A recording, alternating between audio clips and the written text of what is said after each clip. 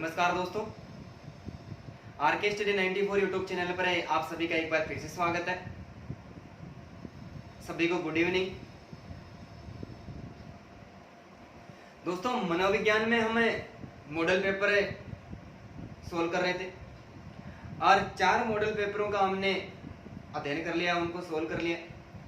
आज मैं आपके साथ एक और मॉडल पेपर लेकर उपस्थित हुआ हूं।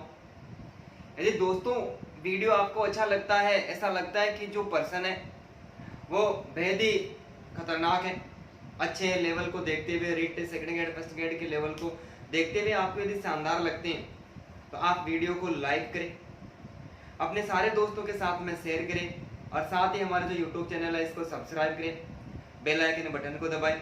और फिर भी कोई किसी प्रकार की कमी वगैरह रह जाती है तो आप कमेंट बॉक्स में जरूर कमेंट करें।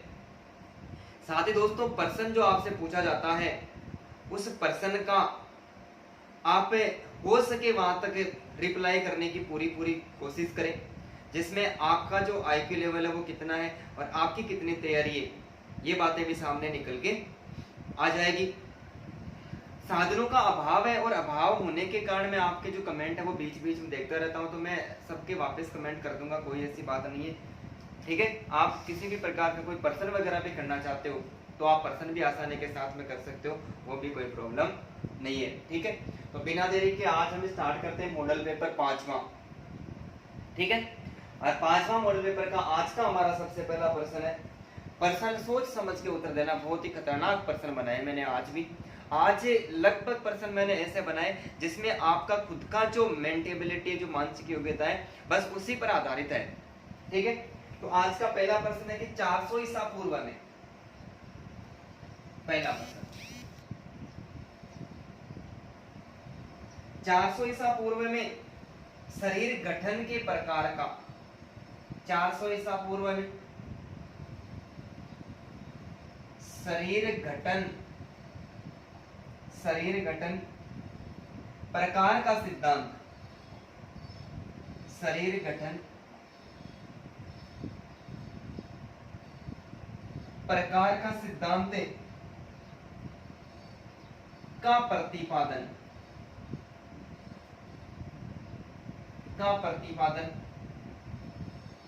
किसके द्वारा किया गया? किसके द्वारा किया गया? प्रश्न शानदार है। प्रश्न है कि 400 ईसा पूर्व में शरीर गठन प्रकार का सिद्धांत का प्रतिपादन है किसके द्वारा किया गया? मैं आपको विकल्प देता हूं, हिप्पोक्रेटस। दूसरा मैं विकल्प देता हूं आपको, अरस्तु। तीसरा जो विकल्प देता हूं मैं आपको, प्लेटो। और चौथा विकल्प देता हूं मैं, डेकार्डे। जल्दी से कमेंट करें और कमेंट करके बताएं कि 400 ईसा पूर्व में शरीर गठन प्रकार का सिद्धांत, थ्योरी ऑफ कॉन्स्टिट्यूशनल टाइप का प्रतिपादन किसके द्वारा किया गया? किसके द्वारा किया गया? तो जल्दी कमेंट करें। हिप्पोक्रेटस, अरस्तु, प्लेटो और डेकार्डे, इनमें से कौन सा ऐसा विचारक है जिन्होंने शरीर प्रकार का गठन सिद्धांत का प्रतिपादन किया? शरीर गठन प्रकार का सिद्धांत है, इसका प्रतिपादन किया। तो इसका हमारा जो राइट आंसर होगा वो होगा हिप्पोक्रेटस। क्या होगा? हिप्पोक्रेटस। हिप्पोक्रेटस की यहां पर मैं थोड़ा सा बता देता हूं कि मनोविज्ञान का जो इतिहास है, मनोविज्ञान का इतिहास,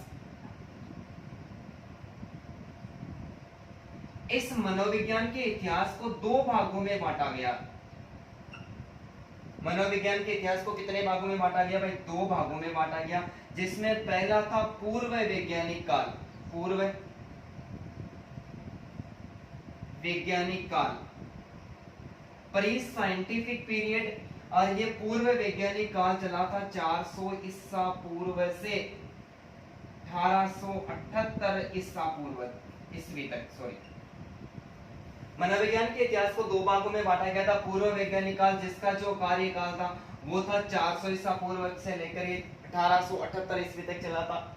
और दूसरा था वैज्ञानिक काल, साइंटिफिक पीरियड।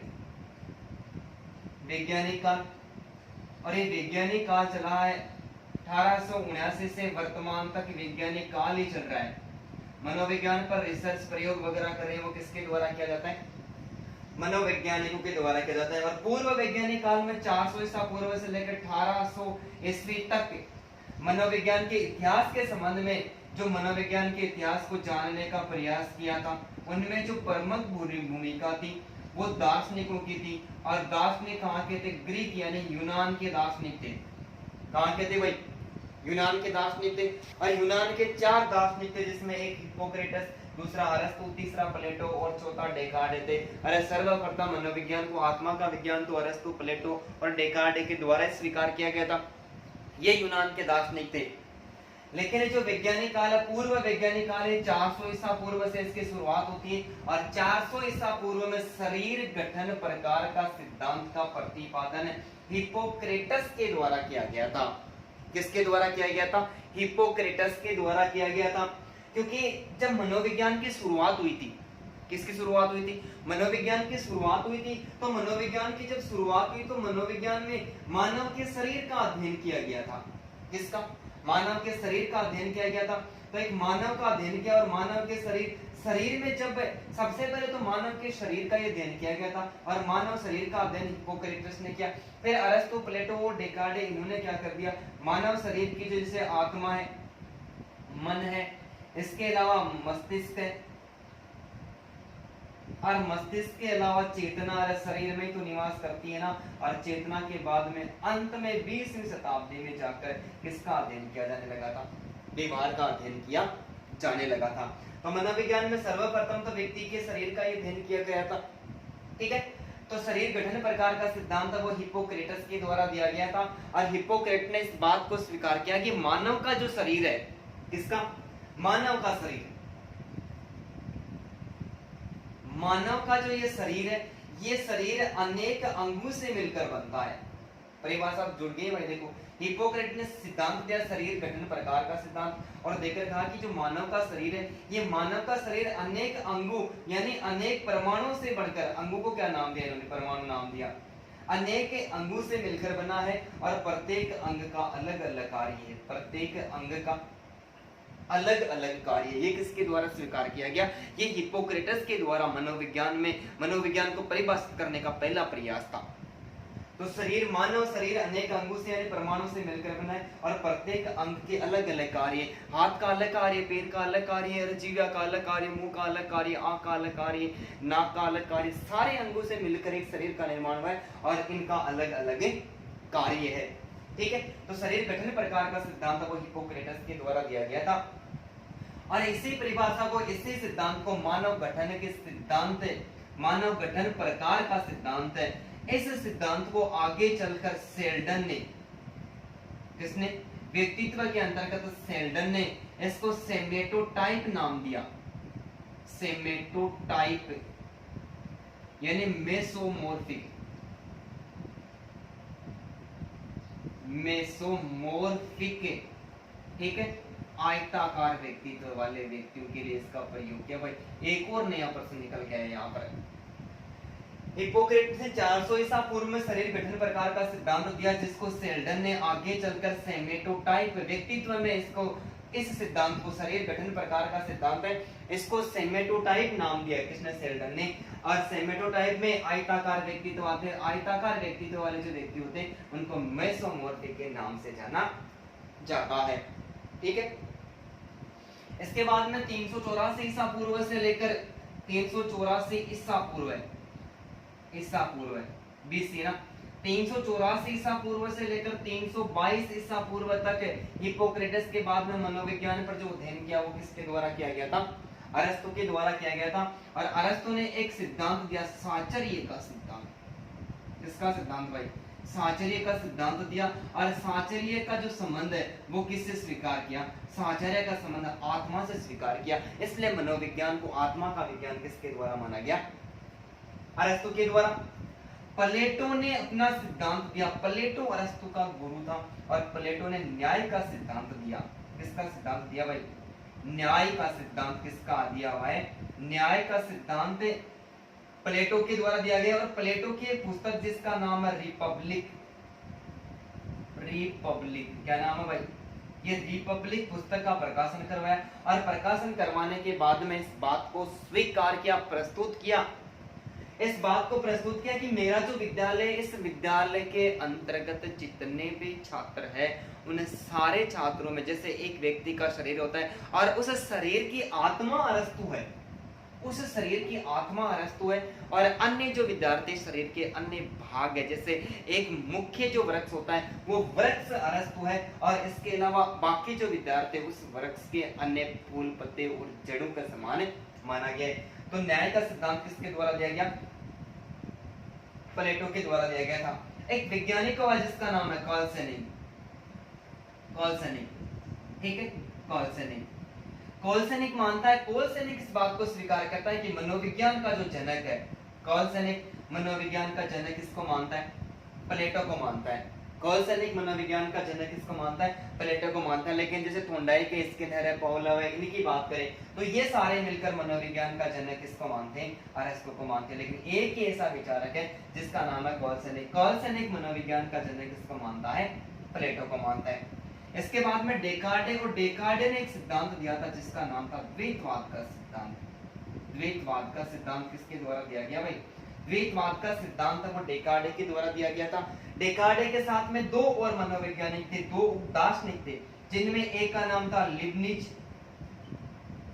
और दूसरे का नाम था स्पिनोजा। लिबनिज और स्पिनोजा, और तीनों ने मिलकर इस बात को स्वीकार किया कि मन और शरीर है, ये दोनों अलग अलग चीजें होती है, लेकिन दोनों में आपस में संबंध होता है। मन शरीर से प्रभावित होता है और शरीर मन से प्रभावित होता है। देखो कितने सारे प्रश्न निकल के आए, तो एक बार आप इसका स्क्रीनशॉट ले लें, उसके बाद में हम दूसरे प्रश्न की बात करें। भाई बहुत सारे प्रश्न निकल गए। मनोविज्ञान के इतिहास में आपको अब जब कभी भी पढ़ाऊंगा एक नए तरीके से पढ़ाऊंगा, ठीक है? बहुत सारे, अरे 10 प्रश्न निकल के आ गए, बिठा दो भाई। आज का ये सबसे बेहतरीन और खतरनाक प्रश्न था।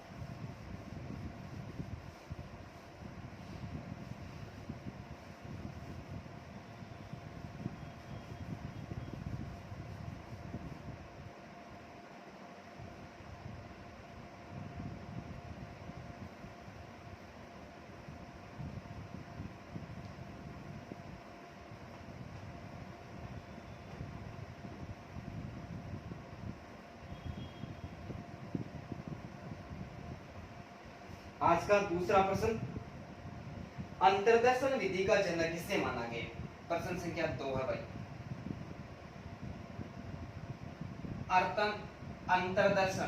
अंतर्दर्शन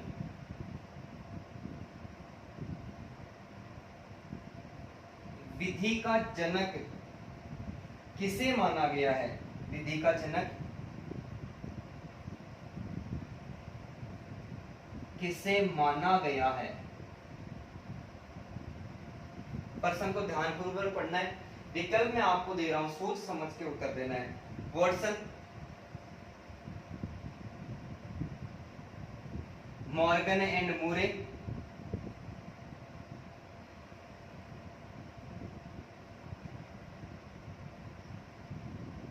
किलपैट्रिक,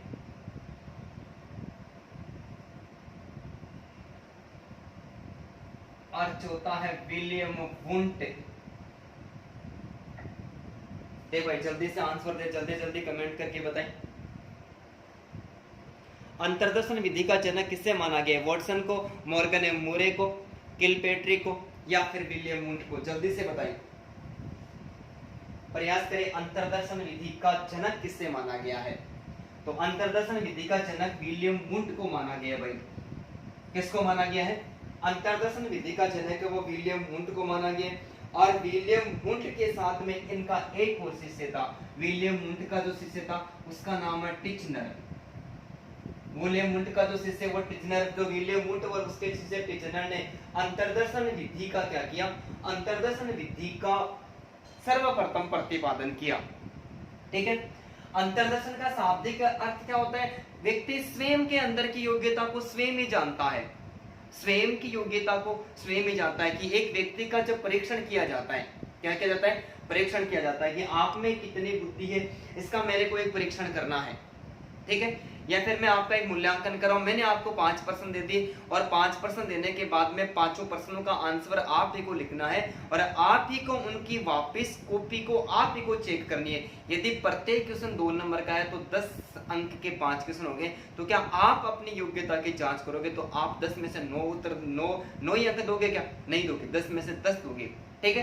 तो इसलिए ये प्राचीन विधि थी और वर्तमान में इस विधि का बहुत कम प्रयोग किया जाने लगा है कि एक बालक स्वयं अपनी योग्यता को बिल्कुल भी नहीं जांच सकता।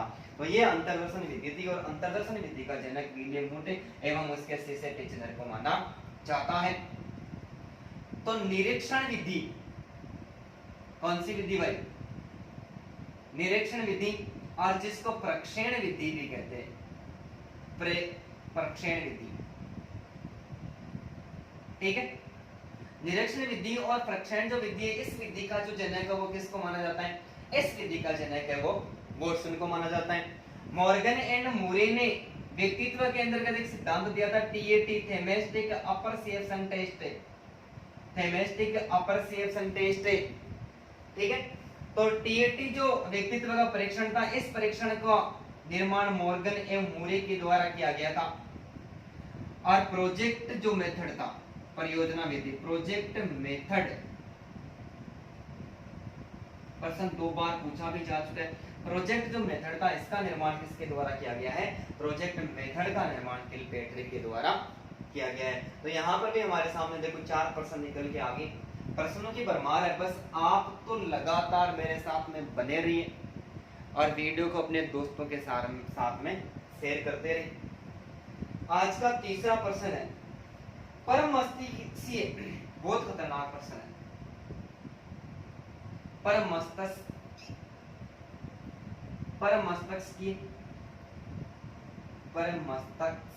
है ना, मस्तक की बात हो रही। वलकुट से, परम मस्तकीय वलकुट से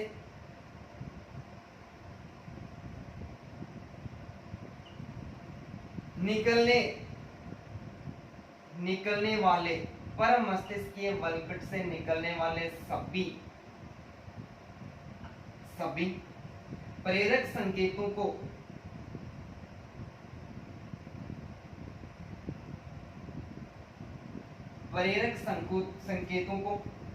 ग्रहण कर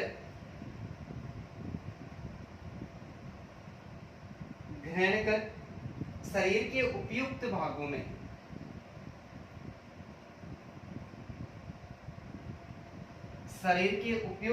में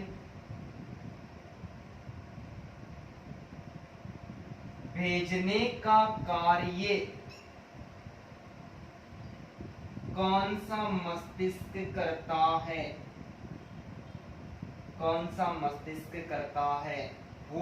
बहुत इंपॉर्टेंट प्रश्न है। और ऐसे प्रश्न पिछली बार की जो एग्जाम हुई थी लेवल फर्स्ट और लेवल सेकंड दोनों में पूछे गए थे, और उन प्रश्नों को हमने क्या मान लिया? उन प्रश्नों को हमने ये मान लिया कि ये आउट ऑफ सिलेबस से आए हुए हैं। ये आउट ऑफ सिलेबस से नहीं है, ये यूनिट मनोविज्ञान का ही है। और आसपास का जो यूनिट होता है उससे भी प्रश्न पूछ ले जाते हैं, सिलेबस में नहीं दिया जाता है। लेकिन फिर भी आज तक की जो एग्जाम हुई है, उन एग्जाम में रिट और टेट की जो एग्जाम हुई है, उन सभी में इनमें से प्रश्न पूछे जा रहे हैं। तो रिट लेवल फर्स्ट और लेवल सेकंड की दृष्टि को ध्यान में रखते हुए मैंने ऐसे बहुत सारे प्रश्न उठाए। तो प्रश्न हमारा है कि पर मस्तिष्क के वलकुट से निकलने वाले सभी प्रेरक संकेतों को ग्रहण कर शरीर के उपयुक्त भागों में,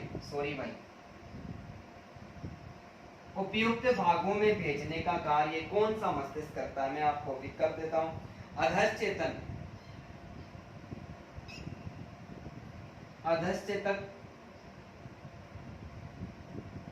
चेतक, थैलेमस,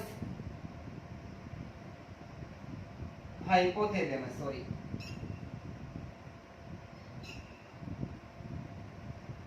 हाइपोथैलेमस, और चौथा है मेंडुला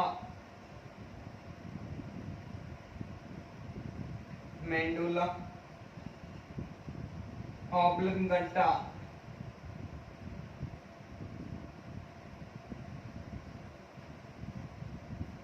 मेंडुला ऑब्लंगटा ना।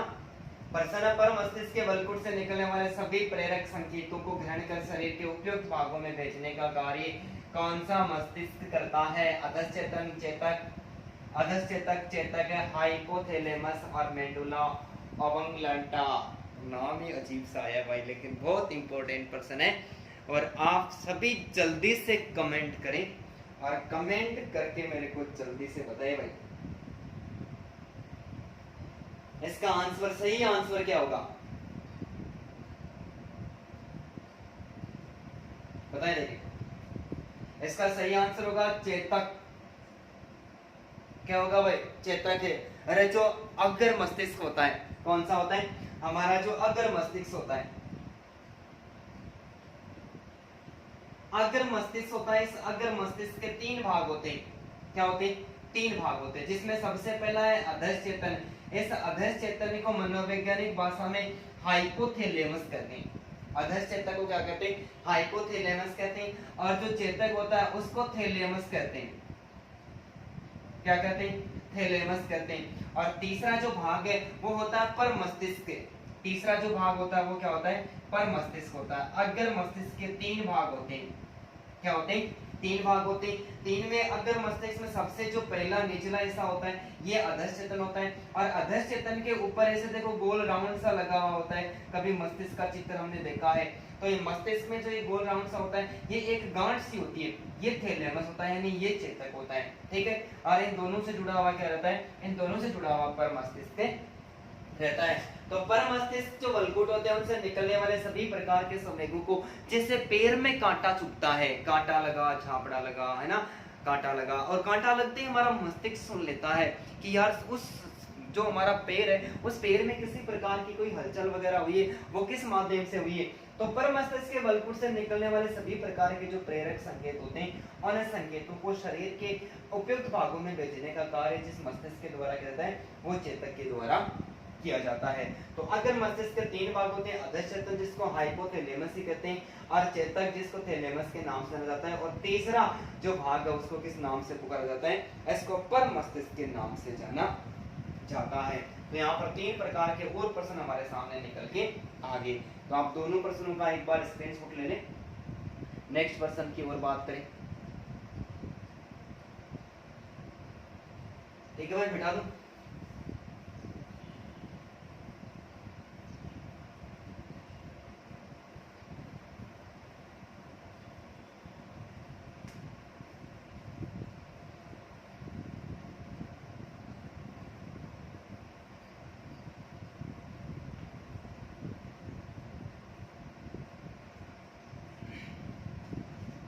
आज का हमारा चौथा प्रश्न है,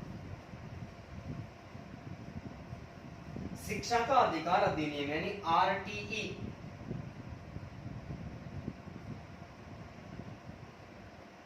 आरटीई 2009 को लागू करना क्यों आवश्यक था?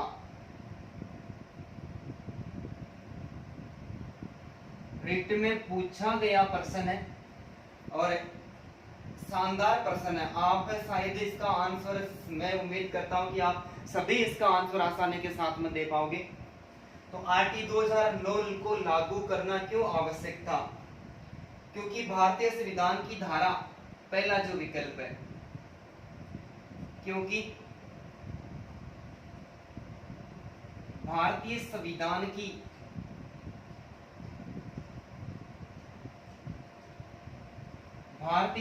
की धारा 45 बालकों की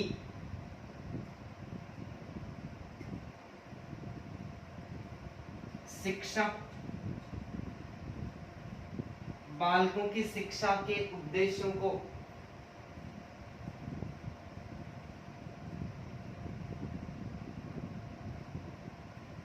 पूरा नहीं करती है। सोच समझ के उत्तर देना है भाई। दूसरा विकल्प है, बालकों को मूल अधिकार के अनुसार, बालकों को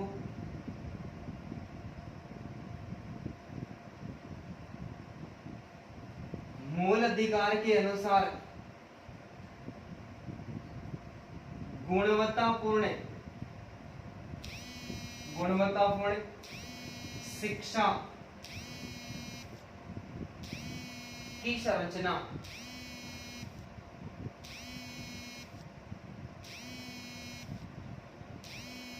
उपलब्ध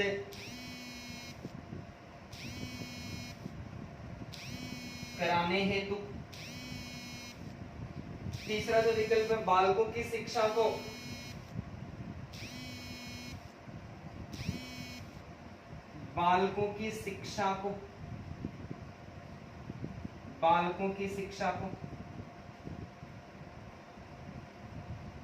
संविधान में मूल अधिकार बनाने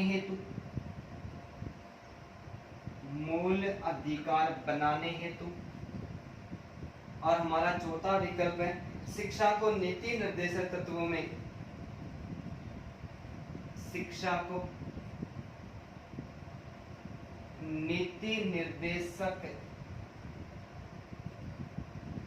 में शामिल करने हेतु।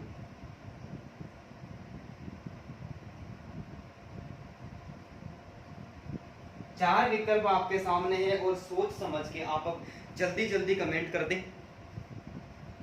RT 2009 लागू करना क्यों आवश्यकता? चारों में से एक ही बात सही निकल के आएगी कि इसको क्यों लागू किया गया, क्योंकि भारतीय संविधान की धारा 45 बालकों की शिक्षा के उद्देश्य को पूरा नहीं करती है।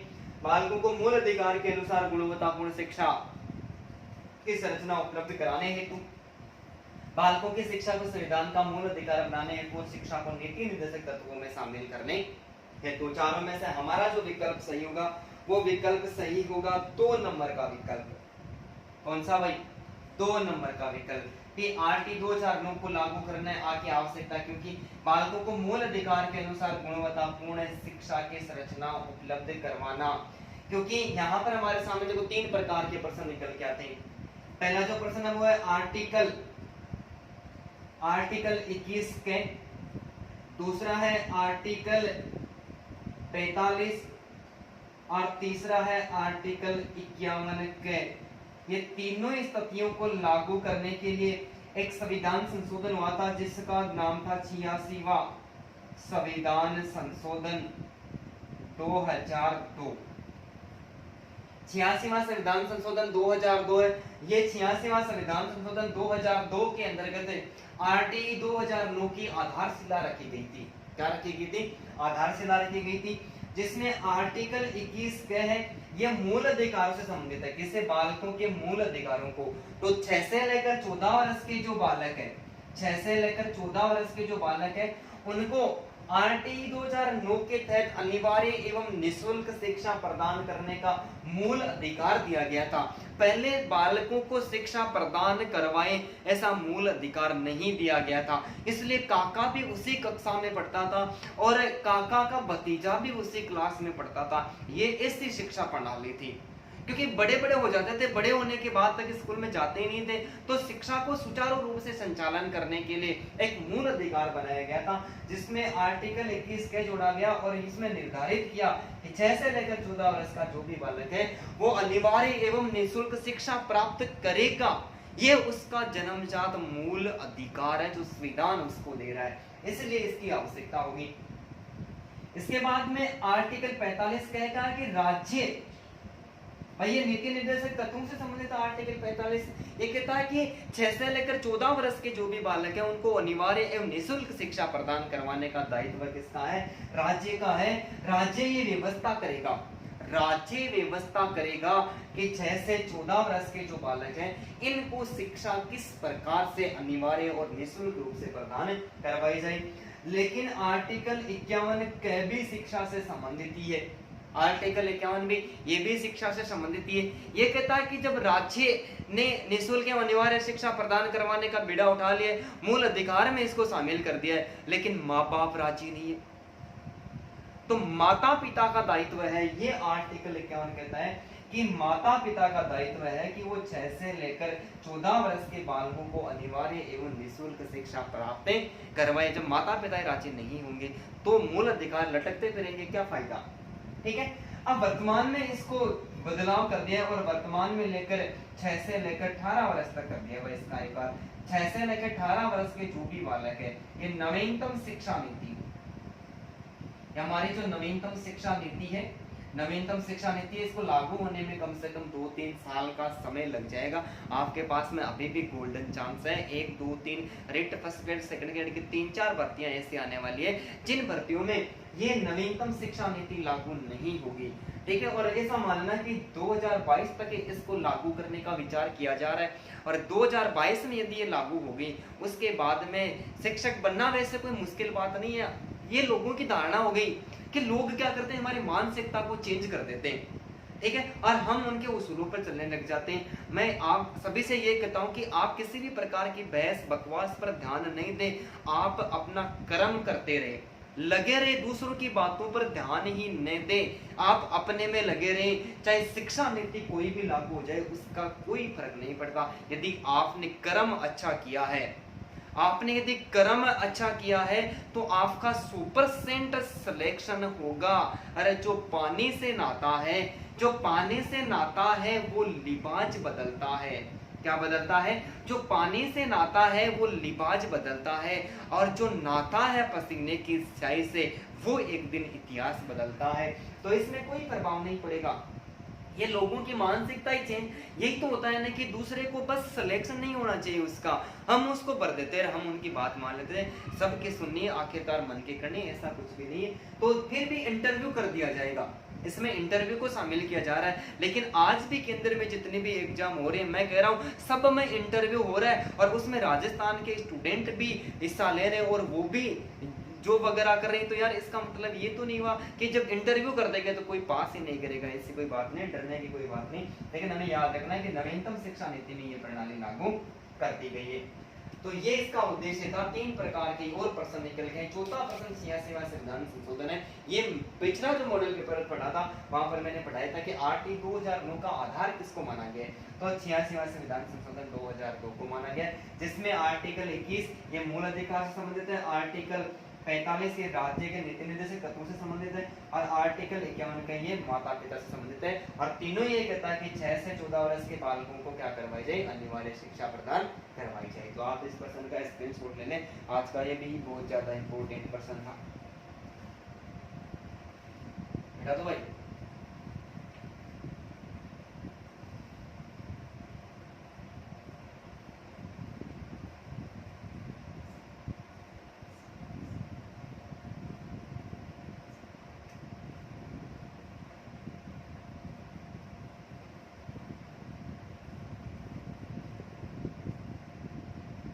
नेक्स्ट प्रश्न है आरटी 2009 में एकदम आज का सबसे सरल प्रश्न है, और इस प्रश्न में सबका कमेंट आना चाहिए। आरटी 2009 में कितने अध्याय व धाराएं हैं?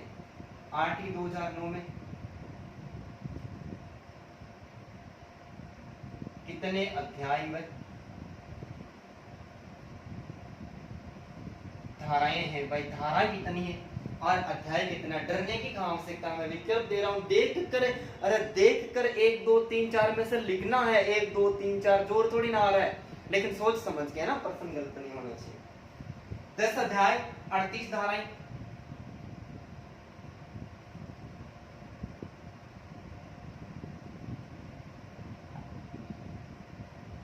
दूसरा विकल्प है 7 अध्याय वह 38 धाराएं। तीसरा जो विकल्प है वो है 10 अध्याय 29 धाराएं।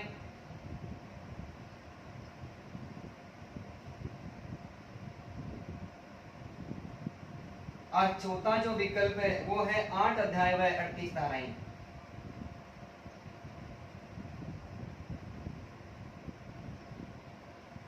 अध्याय व 38 धाराएं। जल्दी से कमेंट करो भाई, जल्दी जल्दी बताओ। देखिए इस क्वेश्चन का आंसर तो सबको आना ही चाहिए। 8 ही 2009 में कितने अध्याय व धाराएं? 10 अध्याय 38 धाराएं, 7 अध्याय 38 धाराएं, 10 अध्याय 29 धाराएं और 8 अध्याय 38 धाराएं। जल्दी से बताओ कमेंट करके।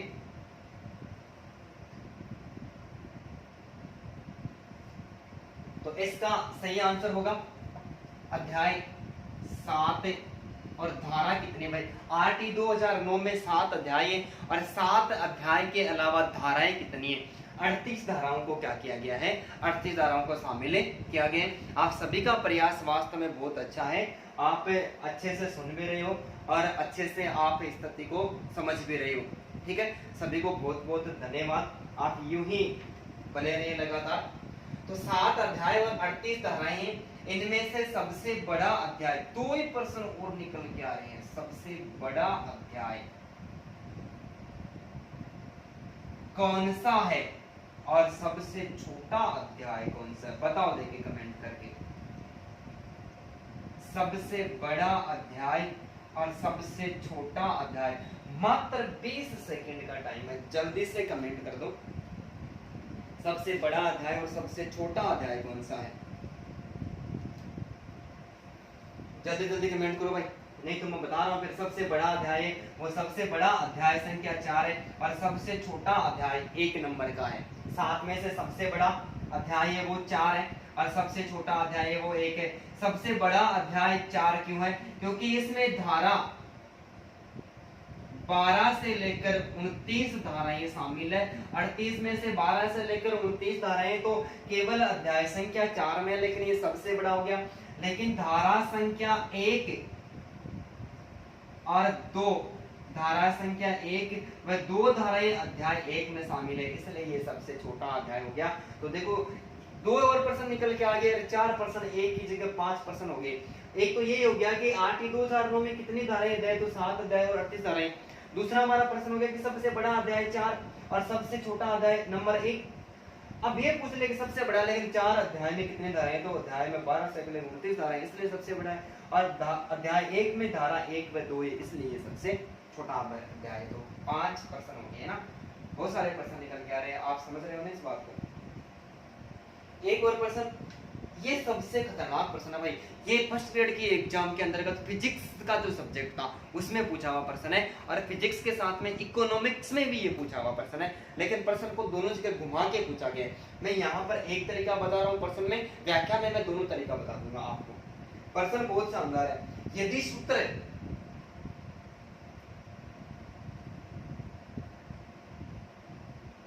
सूत्र L बराबर F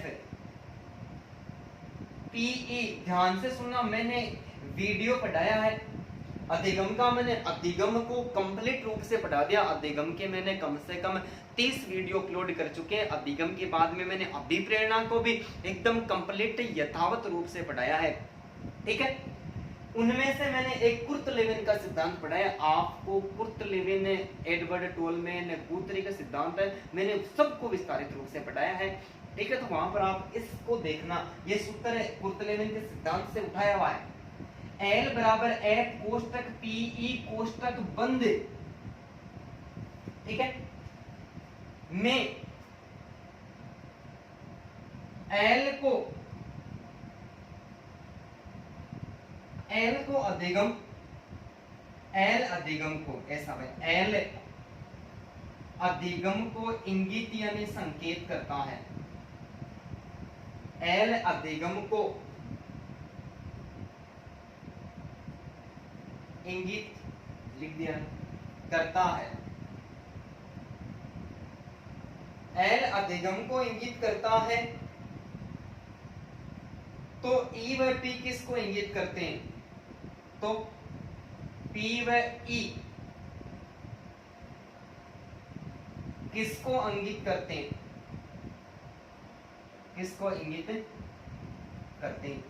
प्रश्न बड़ा दिलचस्प है और ध्यान पूर्वक उत्तर देना है। इस प्रश्न से मैं ये उम्मीद करूंगा कि ये प्रश्न आप सभी को आ रहा होगा। बस समीकरण समझना है, सूत्र क्या दिया वो भी मैं आपको सोल्व करवाऊंगा अभी। वातावरण मैं विकल्प देता हूं, अधिगम तथा कारी दूसरा विकल्प देता हूं व्यक्तित्व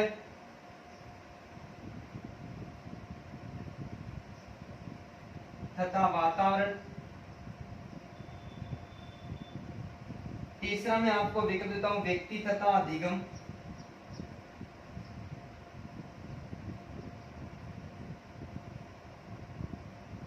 और चौथा जो विकल्प देता हूं मैं आपको व्यक्ति तथा वातावरण।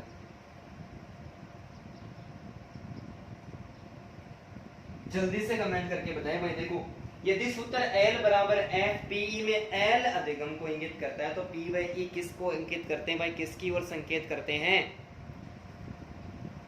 बताओ। देखिए जल्दी से बताओ।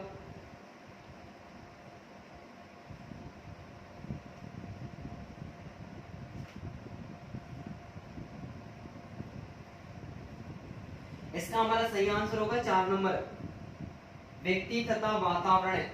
व्यक्ति तथा वातावरण में बीच वाला मिटा रहा हूं भाई, इसको ध्यान में रखना, वीडियो को दोबारा देख लेना। व्यक्ति तथा वातावरण।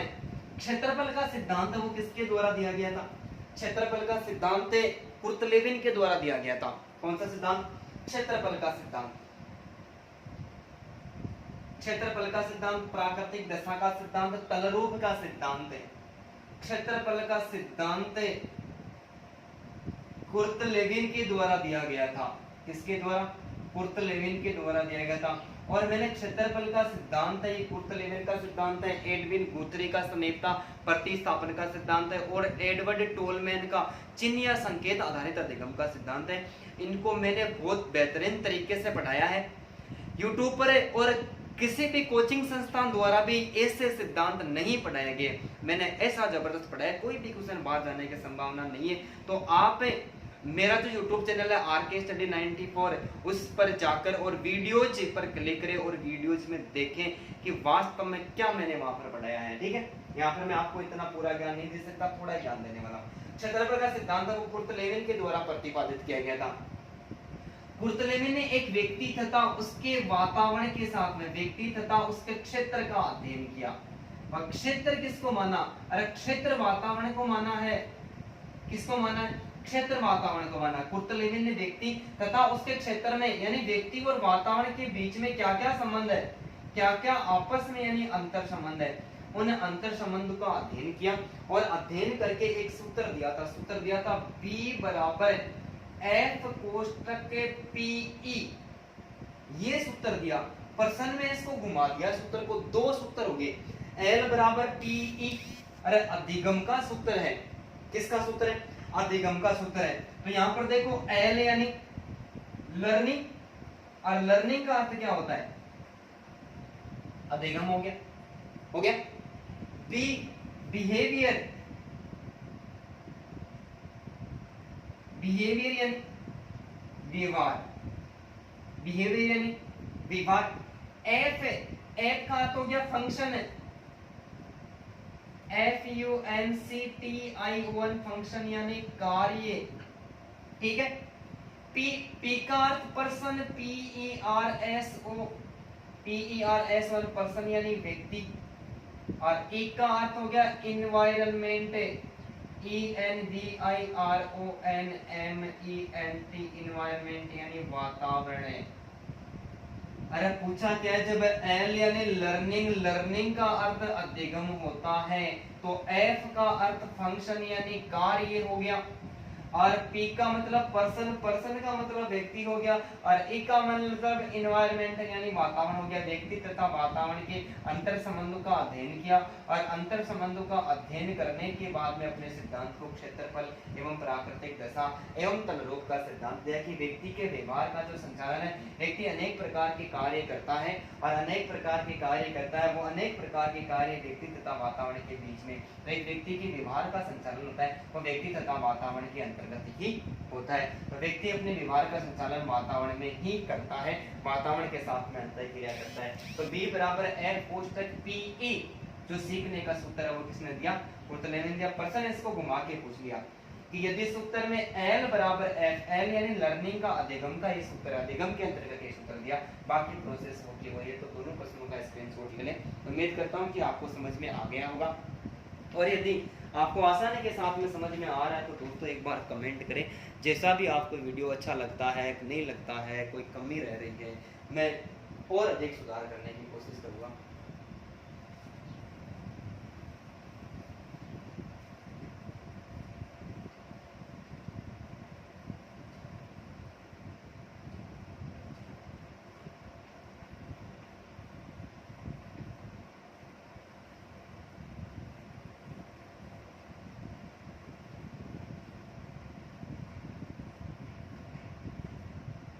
ठीक है भाई, एक आज का और पर्सन संख्या कितने हो गए? 1 2 3 4 5 6 7 पर्सन हो गए ना, 7वां पर्सन आज का पर्सन संख्या 7 है। बालक के विकास की ध्यान पूर्वक उत्तर देना है। आपकी मेंटल एबिलिटी से संबंधित प्रश्न है, आपकी तार्किक योग्यता की जांच हो रही है। बालक के विकास की वह कौन सी अवस्था है? बालक के विकास की वह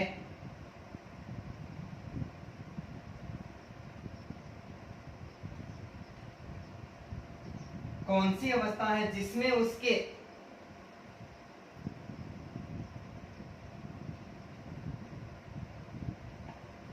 उसके संवेगात्मक व्यवहार, जिसमें उसके संवेगात्मक व्यवहार में आंधी एवं तूफान की सी गति होती है। आंधी एवं तूफान की सी गति होती है। बहुत इंपॉर्टेंट पर्सन है। पर्सन की भूमिका को समझे आप कि बालक के विकास की वह कौन सी अवस्था है जिसमें उसके संवेगात्मक व्यवहार में आंधी एवं तूफान की सी गति होती है। विकल्प में आपको दे रहा हूं शिशुअवस्था,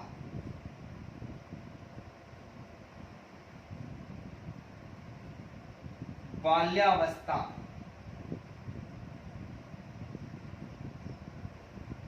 किशोरावस्था,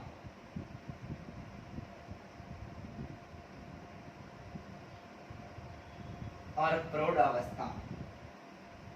ये पर्सन किसी का भी गलत नहीं होना चाहिए। जिसने भी साइकोलॉजी के बारे में, जिसने साइकोलॉजी का नाम भी पढ़ा है, उसका भी ये पर्सन गलत नहीं हो सकता। तो आप तो सभी विद्वान हो, बताएं, लेकिन जल्दी से कमेंट करें।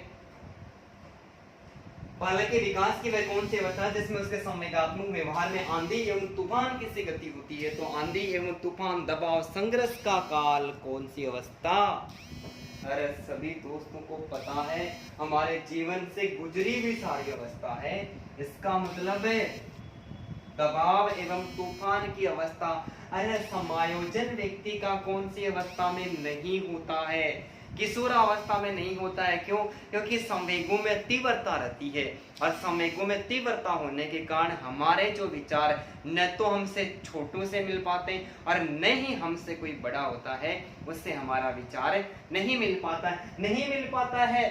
तो हम क्या करते हैं? अपने को असहाय महसूस करते हैं। तेरे बिना जग सुना सुना लागे। आंधी एवं तूफान सा आया हुआ रहता है। तो संवेगों को अंग्रेजी भाषा में इमोशन कहते हैं। संवेगों को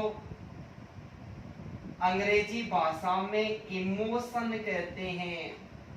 इमोशन शब्द की जो उत्पत्ति है वो लैटिन भाषा के इमोवर से हुई है। प्रश्न पूछा गया है, इमोवर लैटिन भाषा के इमोवर से हुई है, जिसका शाब्दिक अर्थ होता है उत्तेजित होना, उत्तेजना पैदा होना। ठीक है, क्या होना भाई? उत्तेजना पैदा होना। सभी प्रकार के संवेग है, उन संवेगों का विकास के संबंध में प्रश्न पूछा जाता है। 4 प्रश्न बना रहा हूं मैं यहाँ पे, अलग अलग अवस्था से अलग अलग प्रश्न निकल के आ रहे हैं। सभी प्रकार के संवेग होते हैं, उन संवेगों का विकास शेषवावस्था में पूर्ण हो जाता है 1%। सारे समय कौन सी अवस्था में विकसित हो जाते हैं ऐसा पूछे तो शेषवावस्था में। संवेगों में स्थायित्व कौन सी अवस्था में आ जाता है? रोस ने बाल्यावस्था को स्थायित्व का काल कहा है। बाल्यावस्था, दो और प्रश्न निकल के आगे। संवेग बाल्यावस्था में स्थायी हो जाते हैं, लेकिन किशोरावस्था में आने के बाद संवेगों में उत्तेजना पैदा होती है। क्या होती है भाई? उत्तेजना पैदा होती है। और उत्तेजना पैदा होने से क्या होता है? जीवन में आंधी और तूफान सा आ जाता है। तो किशोरावस्था आंधी, तूफान, दबाव एवं संघर्ष की अवस्था है। परिभाषा स्टेनले हॉल के द्वारा दी गई है और पुस्तक का नाम था एडोलसेंस। क्या नाम था भाई? पुस्तक का नाम था एडोलसेंस। और एडोलसेंस पुस्तक में ये बात स्वीकार की है, किशोरावस्था आंधी, तूफान, दबाव एवं संघर्ष की अवस्था है। कितने सारे प्रश्न निकल के आगे। आप इतनी तो उम्मीद ही नहीं करते हो कि एक प्रश्न सोल्व करवा रहे हैं और एक प्रश्न से इतने सारे प्रश्न निकल के आ जाते हैं। क्या? बिल्कुल आ जाते हैं। ठीक है, तो एक बार आप इसका स्क्रीनशॉट ले लें भाई। मैं जगह थोड़ी कम बच गई है, मैं थोड़ा सा मिटा देता हूँ।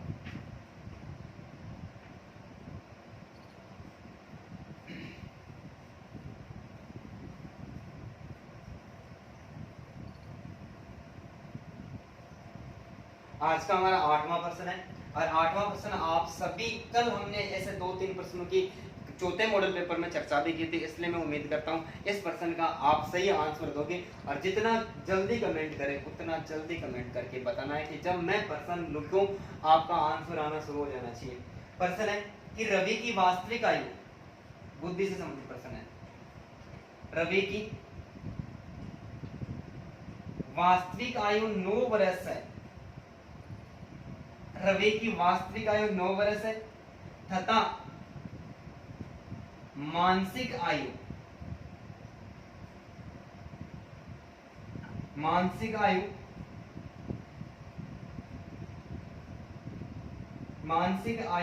वर्ष है। मानसिक आयु भी कितनी है? 9 वर्ष है। मानसिक आयु भी 9 वर्ष है। तो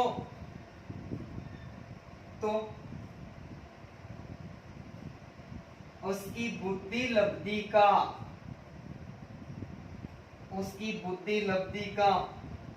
वर्ग कौन सा होगा? वर्ग कौन सा होगा? फंस गए ना सारे के सारे। अरे मैं यही तो चाह रहा था। देखिए, आप प्रश्न की भूमिका को समझते हैं या फिर वो तीव्रता रहती है जो एग्जाम में दिखाते हैं और तुक्के मारकर प्रश्न पूरे एकदम से सिलेक्शन होने वाले जितने प्रश्न करते थे, लेकिन आधा घंटा बच जाता है और आधा घंटे में एक्स्ट्रा जो प्रश्न है उनको छेड़कर सत्यानाश करवा लेते हैं, माइनस में चले जाते हैं। रेखेड़े का मतलब ये है सिलेक्शन नहीं हो पाता है। औसत बुद्धि अब बताना है, विकल्प दे रहा हूं मैं आपको और अब दोबारा बताइए सारे के सारे स्टूडेंट्स से। औसत बुद्धि, प्रतिभाशाली,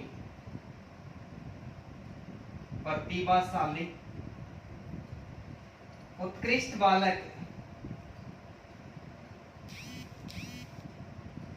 और चौथा होगा पिछड़े बालक।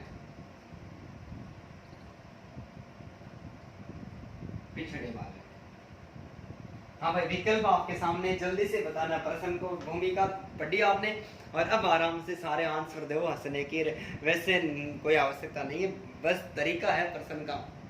रवि की वास्तविक आयु 9 वर्ष है तथा मानसिक आयु 9 वर्ष है, तो उसकी बुद्धि का वर्ग कौन सा होगा? औसत बुद्धि, प्रतिभाशाली, उत्कृष्ट बालक या फिर पिछड़े बालक?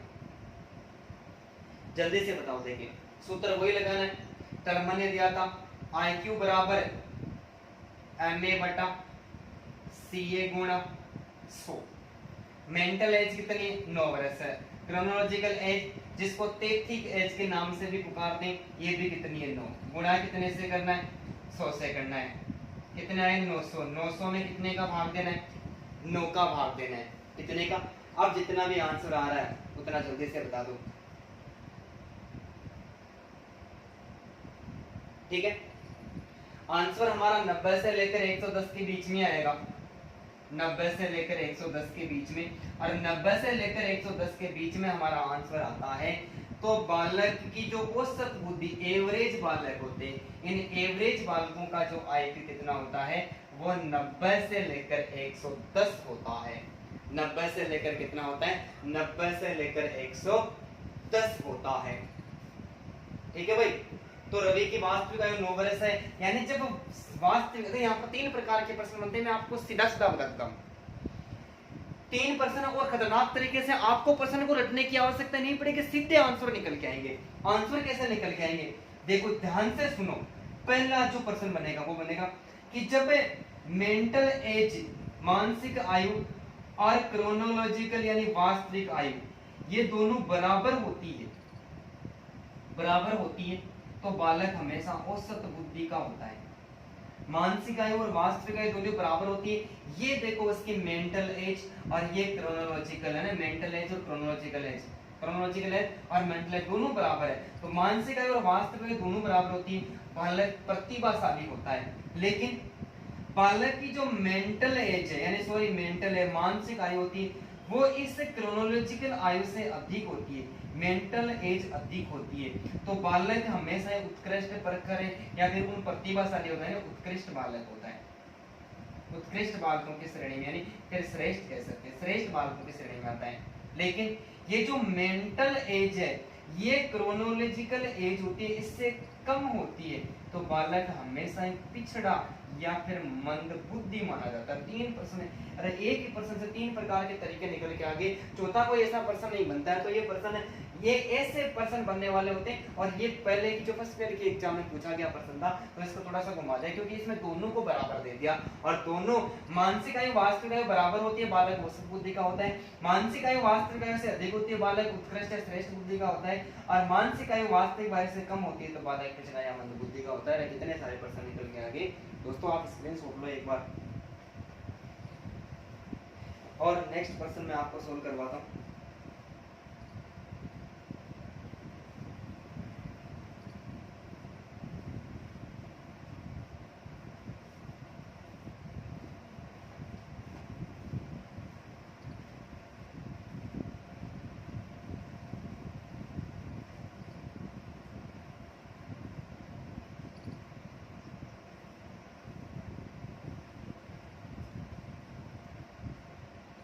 हाँ भाई, प्रश्न है, और प्रश्न शिक्षण से संबंधित है, पेडागोजी का प्रश्न है, लेकिन पेडागोजी में किसी विचारक ने एक परिभाषा दी है, आपको यदि पहले ही एग्जाम में पूछा भी जा चुका, फर्स्ट ग्रेड में ये प्रश्न 2-3 बार पूछा जा चुका है, तो पेडागोजी का इसका मतलब हिट में भी आने की संभावना रहती है, तो आप सोच समझ के उत्तर दें। किस विचारक का मानना था, किस विचारक का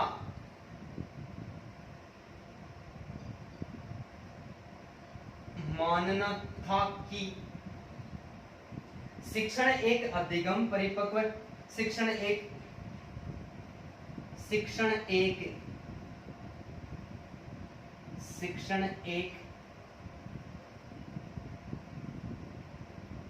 अधिक परिपक्व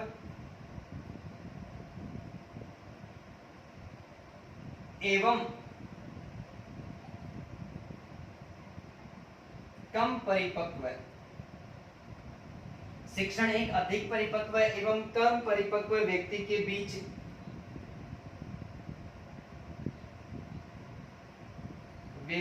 बीच वह घनिष्ठ संबंध है, वह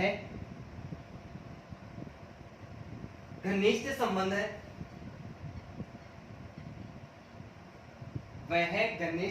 है, जिसके द्वारा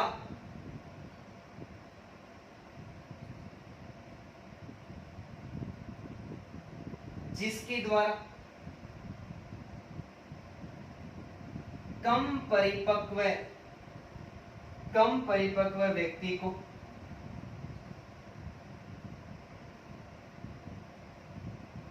आगे की ओर अग्रसर किया जाता है, कम परिपक्व व्यक्ति को आगे की ओर अग्रसर किया जाता है। मैं यहाँ पर आपको विकल्प दे दूं, वॉटसन, स्किनर,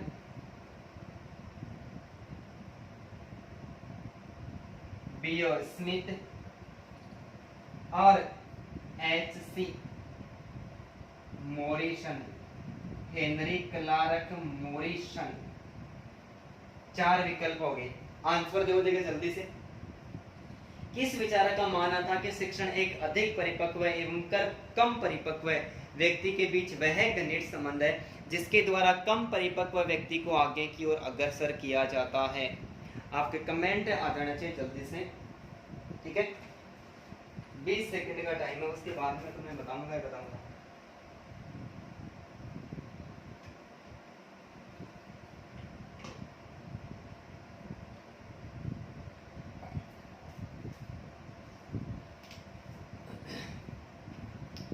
हाँ भाई, अरे पर्सन मैंने पहले भी टिक लगा दिया था, सही किया हुआ। एच.सी. मॉरिसन है। यह परिभाषा किसके द्वारा दी गई है? मॉरिसन के द्वारा। किस विचारक का मानना था कि शिक्षण एक अधिक परिपक्व एवं कम परिपक्व व्यक्ति के बीच में घनिष्ठ संबंध है जिसमें कम परिपक्व व्यक्ति को आगे की ओर अग्रसर किया जाता है? किस विचारक ने स्वीकार किया? मॉरिसन ने। देखो, पर्सन को सही करने के 2 तरीके होते हैं। विकल्प में वॉटसन है और स्किनर है, इसका मतलब इन दोनों का संबंध तो नहीं है। अरे शिक्षण में इन्होंने कोई सराहनीय प्रयास नहीं किया। अधिगम में मनोविज्ञान से संबंधित है, पेडागोजी में वॉटसन और स्किनर का कोई काम नहीं है, इसलिए इन्होंने तो दोनों ने परिभाषित किया नहीं। इसका मतलब 2 विकल्प तो एकदम से अलग हो गए। शिक्षण के संबंध में जो बियो स्मिथ है, इन्होंने एक बहुत खतरनाक परिभाषा दी है। इसकी परिभाषा पूछी हुई है। परिभाषा दी कि जहां पर शिक्षण होता है, मैं शॉर्ट में समझा रहा हूं, जहां पर शिक्षण होता है वहां पर अधिगम होता है। बात सही है क्या? जहां पर शिक्षण होता है वहां पर अधिगम होता है, लेकिन जहां पर अधिगम होता है वहां शिक्षण भी हो, वहां शिक्षण भी हो, यह जरूरी नहीं है। ये जरूरी नहीं है। ये परिभाषा भी पीछे पूछी जा चुकी है और ये परिभाषा बियो स्मिथ ने दी है और हेनरी क्लार्क मॉरिसन ने ये परिभाषा दी। तो बियो स्मिथ कहता है कि जहां पर शिक्षण होता है वहां पर तो अधिगम होता है। 100% श्योर बात है। जहां पर शिक्षण होता है वहां पर अधिगम होता है, लेकिन जहां पर अधिगम होता है वहां पर शिक्षण भी हो, ऐसा जरूरी नहीं होता है। तो 2 परिभाषा यहाँ पर भी हमारे सामने निकल के आई है। एक बियो स्मिथ की आई है और दूसरी मॉरिसन की आई है, ठीक है। अब जो 10वां प्रश्न है वो आपकी खुद की योग्यता पर आधारित प्रश्न है भाई, सोच समझकर उत्तर देने वाला प्रश्न है कि शिक्षक, पेडागोजी का प्रश्न है, शिक्षक कक्षा कक्ष में प्रयास करता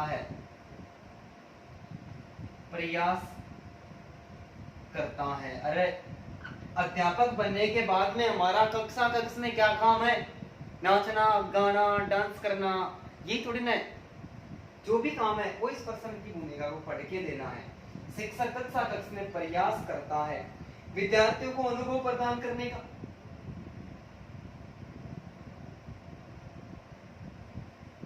विद्यार्थियों को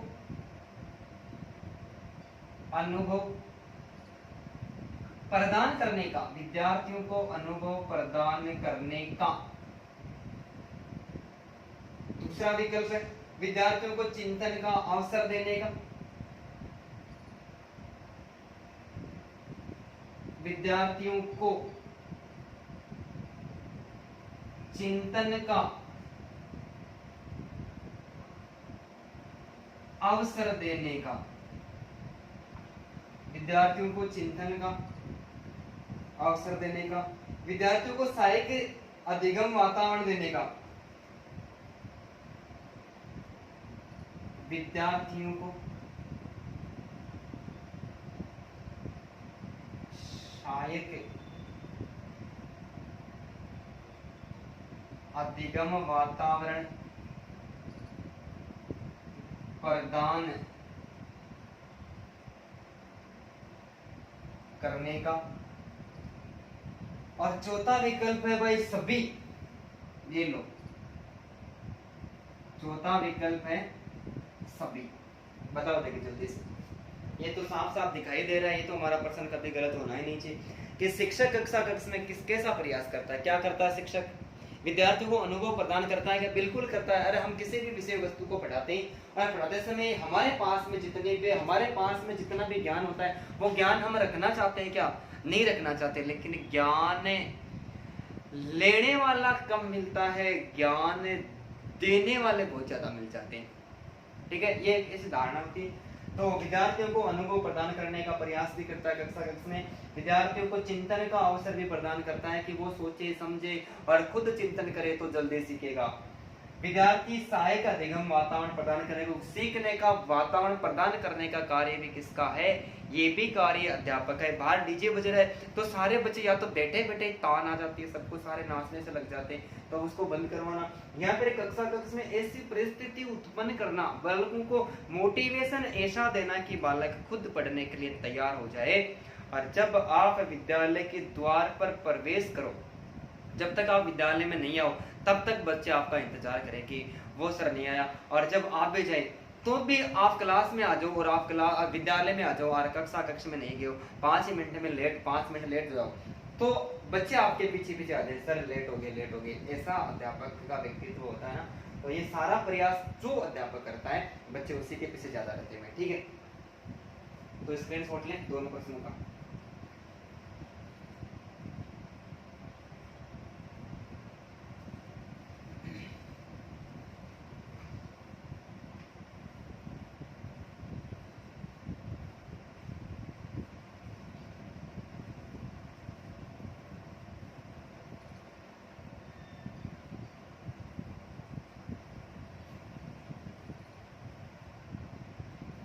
आज का एक और प्रश्न संख्या 11 बहुत खतरनाक प्रश्न है भाई, महत्वपूर्ण इंपॉर्टेंट प्रश्न है, और ये प्रश्न सोच समझ के आंसर देना है। प्रश्न बड़ा खतरनाक है। प्रश्न है कि जब बालक छोटे समूह में, जब बालक छोटे छोटे समूह में, जब बालक छोटे छोटे समूह में समस्याओं पर चर्चा कर,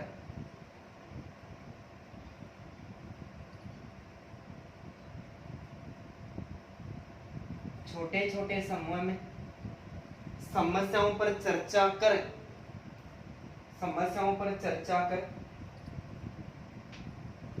स्वयं निष्कर्ष तक पहुंचते हैं, स्वयं निष्कर्ष तक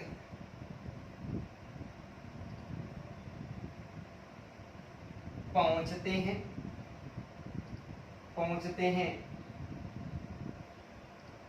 तो ऐसी स्थिति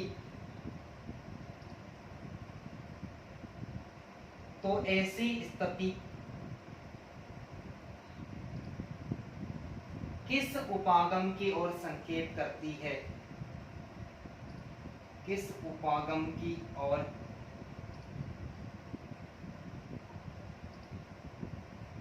संकेत करती है? प्रश्न को ध्यान पूर्वक पढ़ के उत्तर देना है भाई। हमारा पहला है जो पैनल चर्चा, पैनल परिचर्चा, रिट में पूछा गया प्रश्न है ये, पैनल परिचर्चा। दूसरा विकल्प है सिस्टम उपागम यानी प्रणाली उपागम।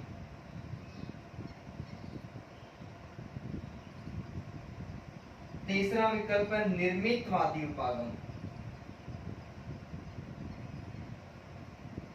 निर्मितवादी उपागम। और चौथा जो विकल्प है वो है अभिकर्मित अनुदेशन,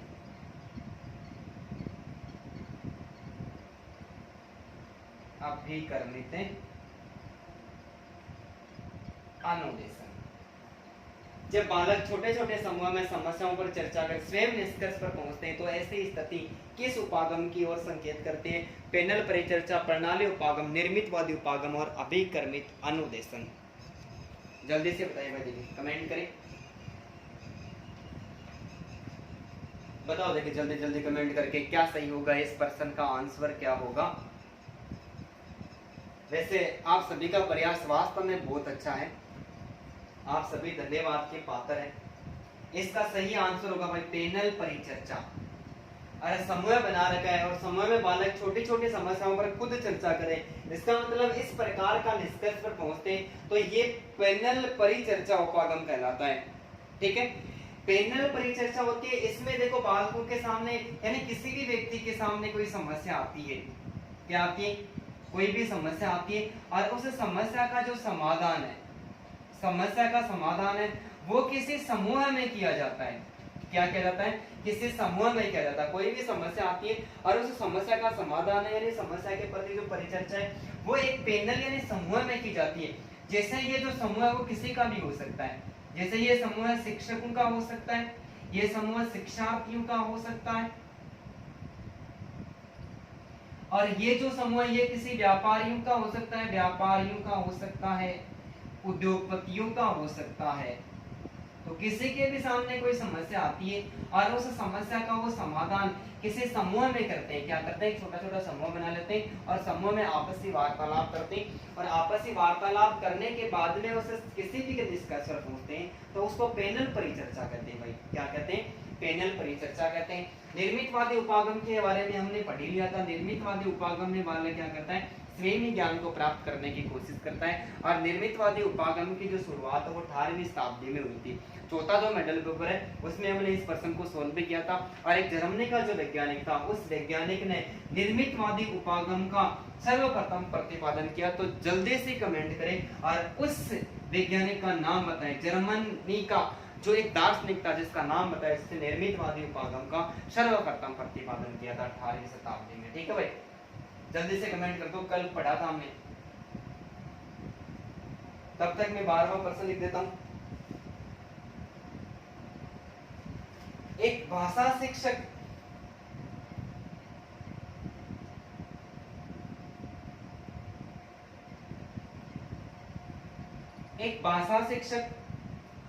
कक्षा में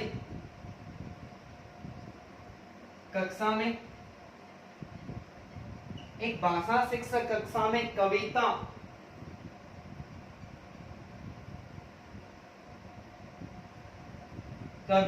का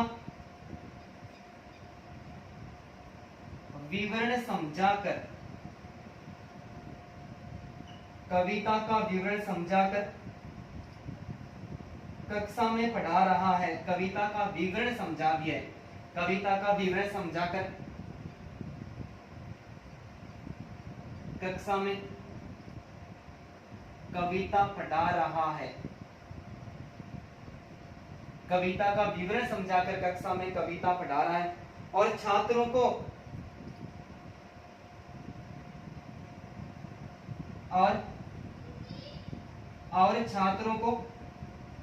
स्पष्टीकरण से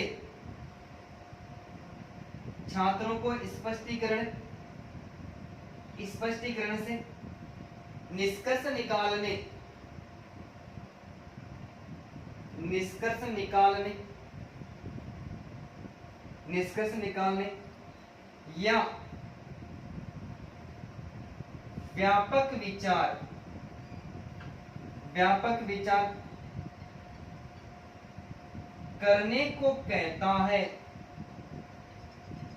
करने को कहता है। तो यह उदाहरण है। यह उदाहरण किसका है? ठीक है कि एक भाषा शिक्षक कक्षा में कविता का विवरण समझाकर कविता को पढ़ा रहा है और छात्रों को स्पष्टीकरण से निष्कर्ष निकालने या व्यापक विचार करने के लिए कहता है। तो यह उदाहरण है आगमनात्मक तर्क का।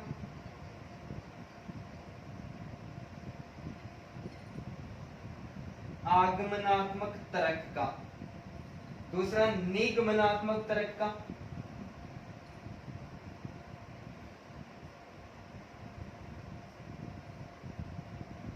तीसरा है अवधारणा मानचित्र,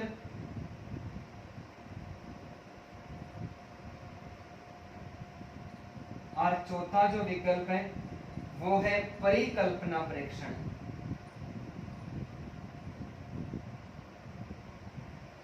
जल्दी से कमेंट करो, देखिए बताओ भाई, प्रश्न को समझना है और सोच समझ के इसका आंसर देना है। कोई ज्यादा टफ प्रश्न नहीं है, बस प्रश्न थोड़ा सा बड़ा दे दिया।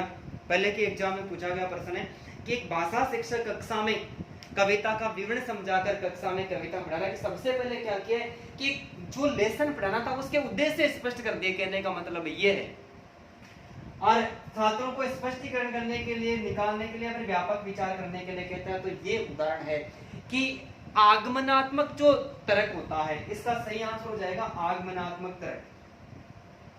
जो आगमन विधि होती है, आगमन विधि में शिक्षक क्या करता है, सबसे पहले उदाहरण प्रस्तुत करता है और उदाहरण प्रस्तुत करने के बाद में उसके नियम विद्यार्थियों से निकलवाता है।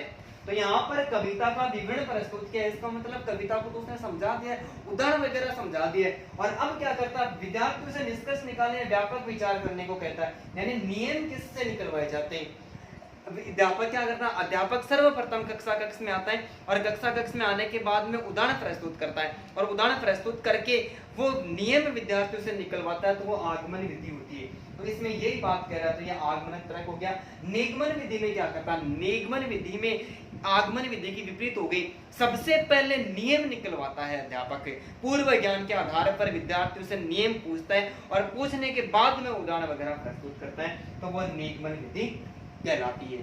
ठीक है, तो यहाँ पर भी देखो एक प्रश्न में दो प्रश्न निकल के आ रही है, दोनों प्रश्नों का स्क्रीनशॉट ले, नेक्स्ट प्रश्न की ओर चर्चा करें।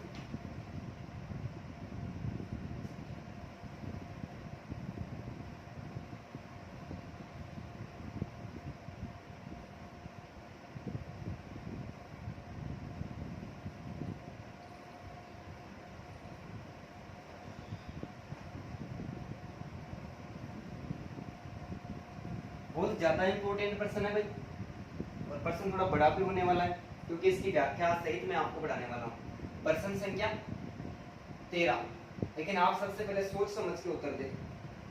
एरिक्सन ने अपने सिद्धांत, एरिक्सन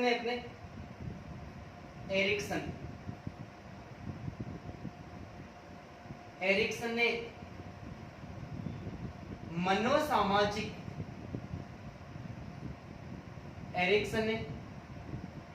मनोसामाजिक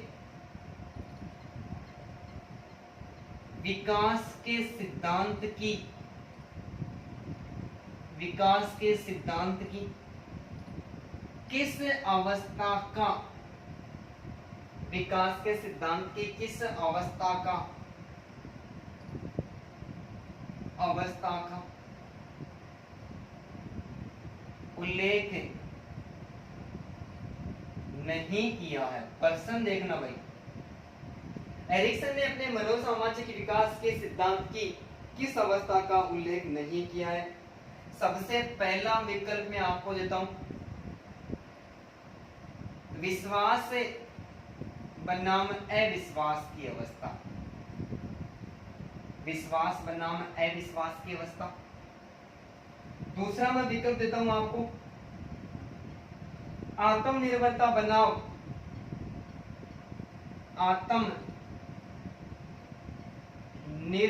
बनाम शंका एवं लज्जा की अवस्था।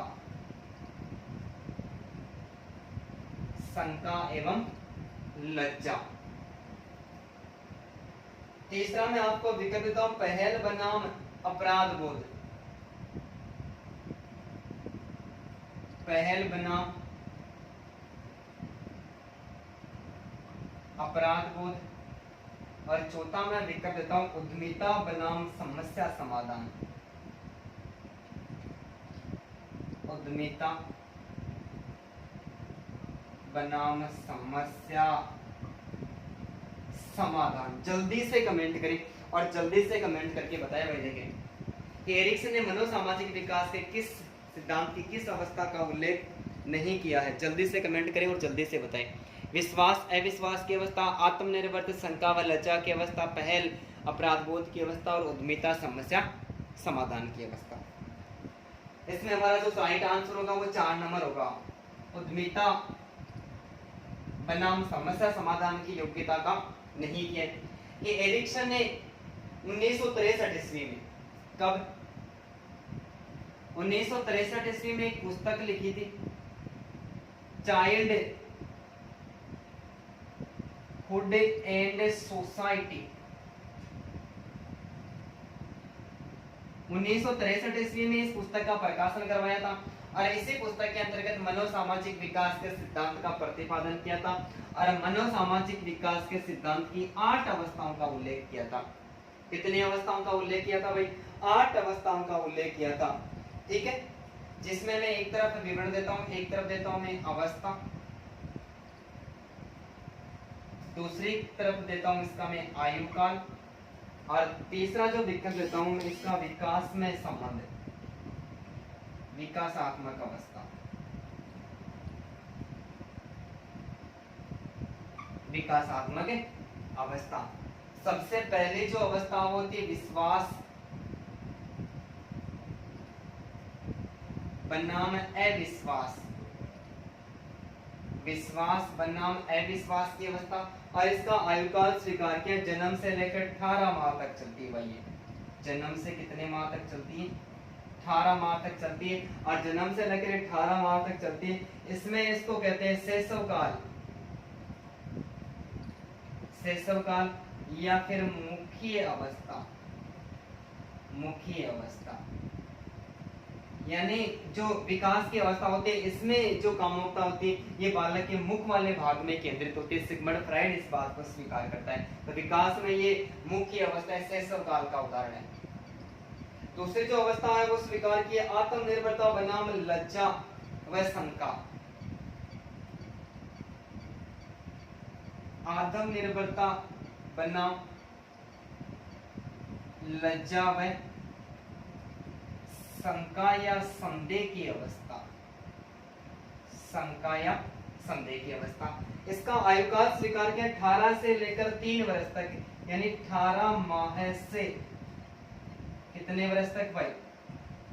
3 वर्ष तक। और इसमें जो विकास की अवस्था चलती है वो चलती है पूर्व बाल्यावस्था। पूर्व बाल्यावस्था, ठीक है।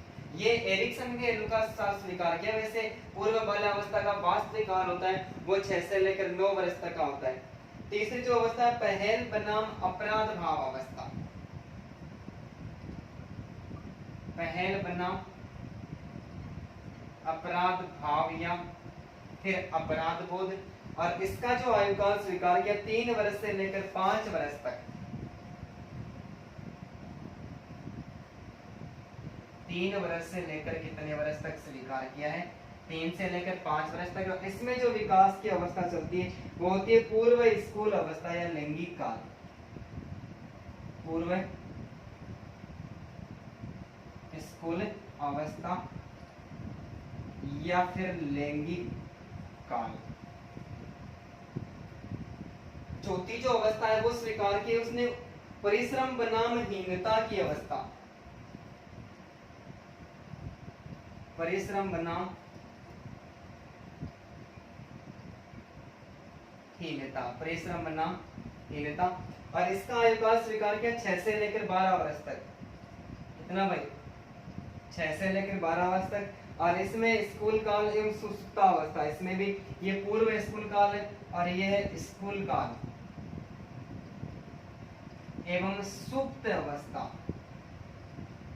बालक इसमें निष्क्रिय रहता है, परिश्रम करता है और फिर निष्क्रिय हो जाता है, फिर परिश्रम करता है और उसके बाद में निष्क्रिय हो जाता है। तो एक बार आप स्क्रीनशॉट ले लें, मैं थोड़ा सा मिटा रहा हूँ, ऊपर वाला क्वेश्चन मिटा रहा हूँ मैं, इसका स्क्रीनशॉट ले लेना। यानी कि मैं इस पर्सन की अवस्था को ऊपर लिख रहा हूँ।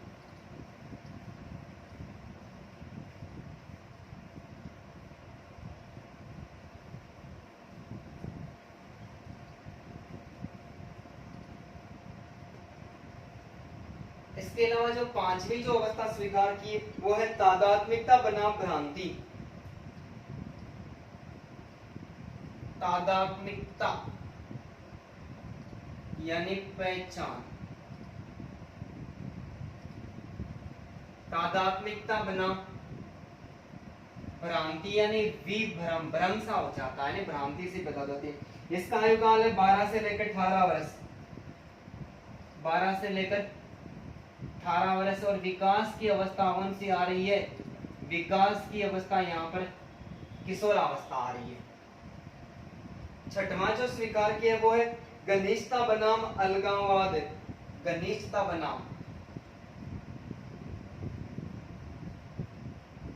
बनाम अलगाववाद। और घनिष्ठता बनाम अलगाववाद का जो आयुकाल है वो 18 से लेकर 35 वर्ष स्वीकार किए, 18 से लेकर 35 वर्ष। और ये जो आयु विकास की अवस्था होती है वो स्वीकार किए पूर्व प्रौढ़ावस्था। कौन सी भाई? पूर्व प्रौढ़ावस्था। सातवां है सृजनात्मकता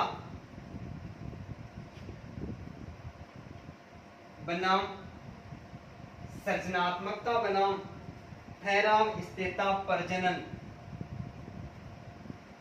ठहराव,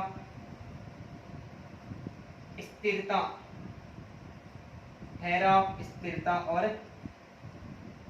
प्रजनन। इसका जो आयुकाल स्वीकार किया वो 35 से लेकर 65 वर्ष तक, 35 से लेकर 65 वर्ष। और विकास की यहाँ पर जो अवस्था निकल के आ रही है वो है उत्तर प्रौढ़ावस्था। कौन सी भाई? उत्तर प्रौढ़ावस्था। और लास्ट जो अवस्था स्वीकार की वो है संपूर्णता बनाम हताशा। संपूर्णता बनाम हताशा यानी निराशा की अवस्था। और इसका आयुकाल स्वीकार किया 65 वर्ष के बाद,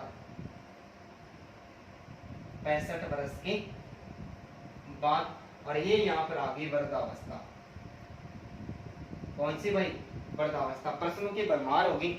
एरिक्सन का सिद्धांत पढ़ लिया हमने, यहाँ पर देखो पूरा भी कर लिया है 1 मिनट में। अब इसमें से किसी भी प्रश्न पूछा जा सकता है आपसे आयुकाल से संबंधित या फिर इनका विकास में संबंधित। तो ये पहली अवस्था, दूसरी, तीसरी, चौथी, 5वीं, 6वीं, 7वीं, 8वीं।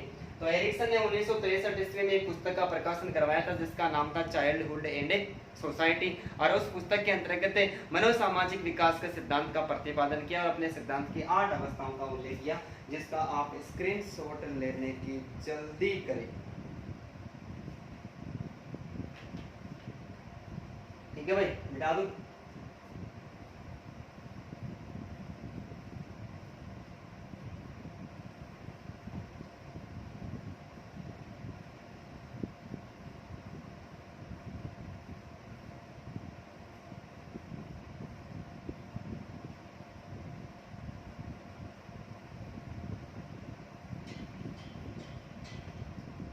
आज का हमारा 14वां प्रश्न।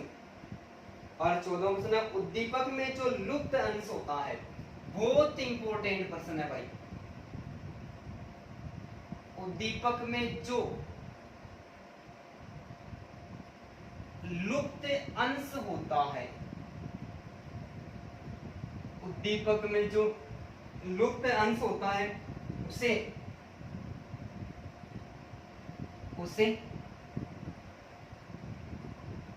प्रत्यक्षीकरण द्वारा व्यक्ति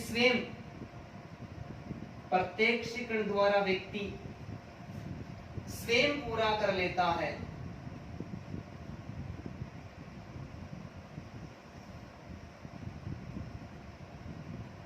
व्यक्ति स्वयं पूरा कर लेता है। ये प्रत्यक्षात्मक संगठन का कौन सा नियम है? ये है प्रत्यक्षात्मक संगठन का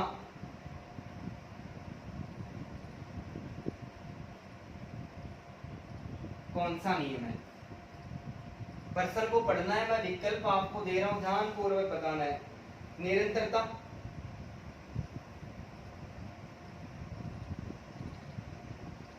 दूसरा मैं विकल्प देता हूं आपको निकटता, तीसरा जो विकल्प है वह है पूर्ति, और चौथा जो विकल्प है वो है समानता। आंसर बताओ देखे जल्दी से भाई।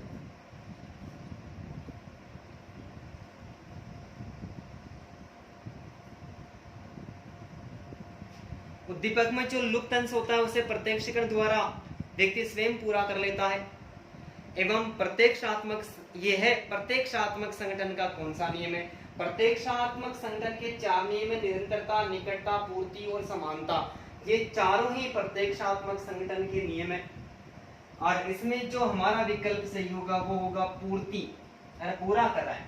कि उद्दीपक में जो लुप्त अंश होता है उसे प्रत्यक्षीकरण द्वारा व्यक्ति, यानी बालक के ये जो पूर्ति है, इस पूर्ति के अंतर्गत ये जो पूर्ति प्रत्यक्षात्मक संगठन है, हम किसी भी विषय वस्तु को सामने देखते हैं तो जब आप किसी को देखते हो, आप अपने साथी को देखते हो, और आप अपने साथी को देखते हो तो सबसे पहले उसकी आंख देखते हो, या फिर उसके होठ देखते हो, या फिर उसको संपूर्ण रूप से देखते हो? अरे सबसे पहले पूर्ण रूप से देखते हैं।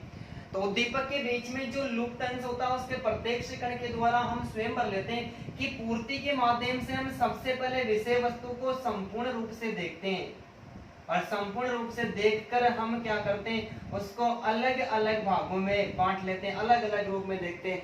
सबसे पहले सामने वाले को संपूर्ण रूप से देखते हैं, फिर उसके भागों को देखते हैं, और फिर हमें जो उचित लगता है, जो कमी वगैरह रह जाते हैं, उसको हम स्वयं पूरी करने की कोशिश करते हैं। वाह भाई यार, आज तुमने शर्ट तो बहुत ज्यादा पहना है, लेकिन यार पैंट अच्छी नहीं पहनी, निकाल दी कमी, तो पैंट चेंज कर ले, इसका मतलब हमने वहां पर पूर्ति करवा दी उसकी। ये प्रत्यक्षात्मक संगठन हो गया। और आज का हमारा 15वां जो प्रश्न है, 15वां प्रश्न है सबसे सरल प्रश्न है। आज जितने भी प्रश्न पढ़ेंगे उनमें से सबसे सरल प्रश्न है, और इसका आंसर आप सभी को देना ही होगा। मैं इसका बताऊंगा नहीं आंसर, फिर भी आपको देना पड़ेगा। व्यवहारवाद का जनक किस मनोविज्ञान को स्वीकार किया गया है? ये प्रश्न कम से कम 10 बार पूछा जा चुका है। व्यवहारवाद का जनक किस मनोवैज्ञानिक को माना जाता है? क्या विकल्प लिखने से पहले ही आपके आंसर आ जाने चाहिए भाई? व्यवहारवाद का जनक किस मनोवैज्ञानिक को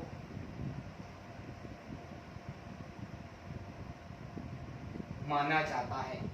ठीक है, विकल्प मैं आपको देता हूं, स्किनर यानी स्किनर।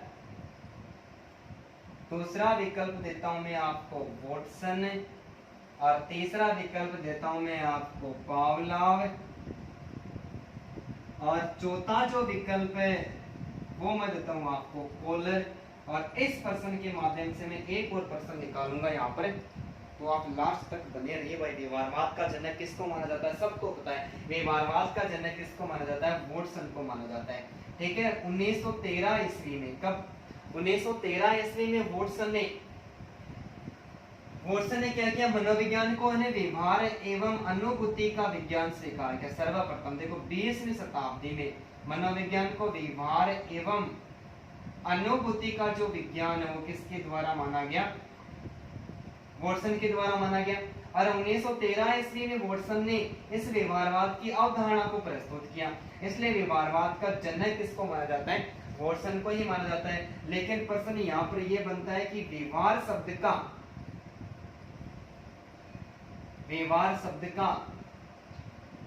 पहली बार प्रयोग किसने किया? पहली बार गाना ने पहली बार बलिए, ये शानदार वाला गाना है ना। पहली बार प्रयोग किसने किया? अरे अन्यथा नहीं लेना है। व्यवहार शब्द का पहली बार प्रयोग किसने किया? भाई व्यवहारवाद का जनक तो वॉटसन को माना जाता है। 1913 ईस्वी में व्यवहारवाद की अवधारणा को प्रस्तुत किया, इसलिए व्यवहारवाद का जनक वॉटसन को माना जाता है। और व्यवहार 20वीं सदी में मनोविज्ञान का व्यवहार एवं अनुभूति का विज्ञान वॉटसन के द्वारा माना गया। लेकिन खतरनाक प्रश्न है, व्यवहार शब्द का पहली बार जो प्रयोग है वो 1905 ईस्वी में विलियम मैकडूगल के द्वारा किया गया था। किसके द्वारा भाई? विलियम मैकडूगल के द्वारा किया गया था। यहाँ पर एक और प्रश्न बनता है कि निम्न में से किस विचारक का संबंध व्यवहारवाद से नहीं है? किस विचारक का संबंध व्यवहारवाद से नहीं है? तो यहाँ पर हमारा आंसर हो जाएगा कोलर। कोलर का संबंध संज्ञानवाद से। स्किनर व्यवहारवाद से संबंधित है, वॉटसन व्यवहारवाद से संबंधित है, और पावलोव व्यवहारवाद से संबंधित है, वुडवर्थ व्यवहारवाद से संबंधित है, थॉर्नडाइक व्यवहारवाद से संबंधित है, क्लार्क हल व्यवहारवाद से संबंधित है, एडविन गुथरी भी किससे संबंधित है। इन सारे मनोविज्ञानकों का संबंध किससे? व्यवहारवाद से, जबकि कॉलर संज्ञानवाद से संबंधित माना जाता है। तो इस प्रकार हमने 15 प्रश्न सोल्व कर लिए और मैं आज इस बात की पूरी गारंटी लेता हूँ कि आज जो 15 प्रश्न सोल्व किए उनमें कम से कम मैंने 80 प्रश्न पढ़ाए हैं आपको। कितने प्रश्न? 80% पढ़ाए। तो अब सभी दोस्तों से मेरा एक आग्रह है, निवेदन है कि दोस्तों वीडियो को आप लाइक, शेयर और सब्सक्राइब जरूर करें और जो भी अपना साथी कोई मिलता है तो यार उससे लाइक करवाएं और इस चैनल को, हमारा जो RK Study 94 यूट्यूब चैनल है, इसको सब्सक्राइब करवाएं। मैं जब इतने सारे मेहनत करता हूं तो आप क्या इतनी सी थोड़ा सा एक छोटा सा कार्य नहीं कर सकते क्या? तो आप जितने भी दोस्त हैं या फिर आपको आस पड़ोस में कोई भी मिलता है उसमें आप उसका 1 मिनट के लिए मोबाइल ले और उसमें मेरे चैनल को सब्सक्राइब कर दे। सभी को धन्यवाद इतनी देर लाइव बने रहे के लिए और आपका जो सहयोग मिल रहा है, आप जो कमेंट करके प्रश्नों का आंसर वगैरह दे रहे हो उसके लिए भी आप बहुत बहुत धन्यवाद की पात्र हो। ठीक है, धन्यवाद सभी।